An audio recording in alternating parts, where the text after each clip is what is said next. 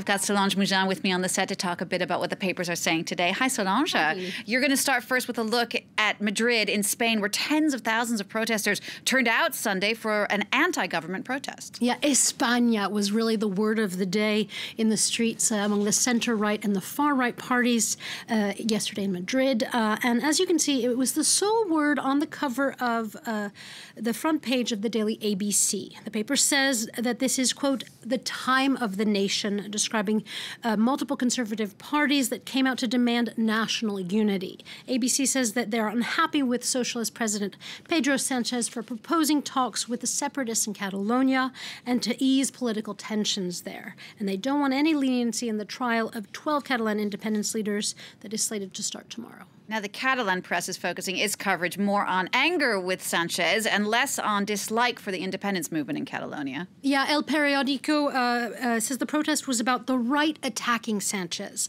and that that's what brought out the 45,000 protesters that they say were in the streets. Meanwhile, Ara, the Catalan daily, says that the three right parties in the streets, Ciudadanos, Vox, and Popular Party, have actually helped the socialist president. Their analysis is that since the center-right parties joined forces with Vox, with the far right, that it will be easier for some to see them all as extremists. And this issue of the far right Vox party, it's also spilling a lot of ink in France, because former Prime Minister Manuel Valls, who is now a Spanish politician trying to get elected to be mayor of Barcelona, well, he was in the crowd Sunday, and he's running as an independent, but has the support of the centrist Ciudadanos party. And he said that he'd come out to support democracy and to try and put an end to what he calls the blackmail of the separatists.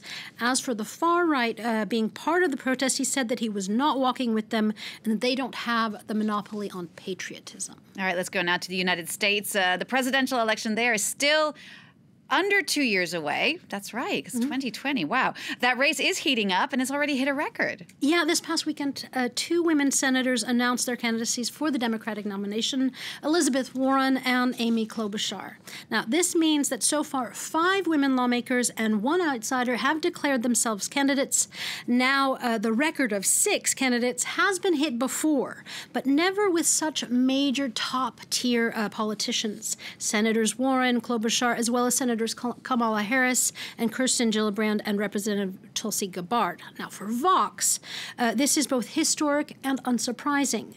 The left-leaning site says that after 2018 being called the Year of the Woman, with a record number of women being elected to Congress, that such record-breaking female precedents are the new normal. The site celebrates that in the U.S., the active participation of women in politics is now, quote, the expectation, not the outlier. Yet, unfortunately, as we all know, it's not in every country in the world where women's place in politics is on the rise. Yeah, Bloomberg has an article today about the upcoming presidential elections in Nigeria and the difficulty for women in Nigeria to break that glass ceiling in regard to politics. It says that the country has the lowest proportion of female lawmakers in all of Africa and that the president's views haven't helped this at all.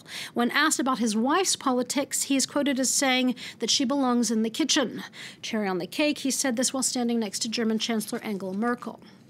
Now, Bloomberg says that Muhammad Buhari's main challenger is no better, pointing to the fact that he has 4 wives and more than 20 children. But the article in Bloomberg remains positive. It says that Nigerian women have already made major strides in business and in the arts, and that it's just a matter of time before that can happen in politics too, even if the 7 female presidential candidates of the some 70 in the running are sure not to make it on the finish line this time. Now, the Nigerian press, meanwhile, is focusing on just how the presidential election this Saturday is going to play out. Yeah, there's concern that this election won't live up to the standards of the 2015 election, when there was a Democratic transition from power from an incumbent, Goodluck Jonathan. That was a first in Nigeria. Now, the Nigerian Guardian has this in mind with its op-ed about incumbency. They describe the pitfalls and the positive sides, too, of being a president up for re-election. They call on Buhari not to hold on to power legally, be it through a constitutional crisis, referring to a controversy that he created in suspending a judge last month, or through vote rigging, even if he is behind, if ever he is behind in the tight race.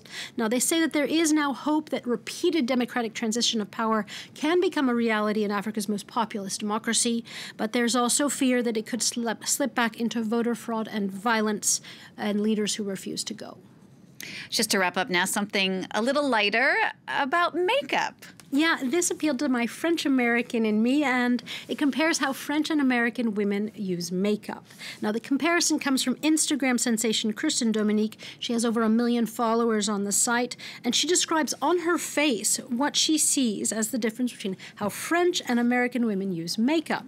And she says that in the U.S., these are, of course, generalizations, but she says that in the U.S., thanks largely to Hollywood, women use a lot of fake eyelashes, lots of foundation, and eyeliner are de rigueur. While in France, she says a look more au naturel is much more appreciated. Au naturel, but she still has red lipstick in that. I know, on the that's French what I thought. I was like, she still has a lot of lipstick on. Interesting stuff. Solange, thank you for that. Solange Mouzon there with that look at the papers today. Thanks to you for watching as well. Don't forget, if you want to get a closer look at the press review or anything we're covering for you on France 24, you can always check it out on our website. That address, france24.com.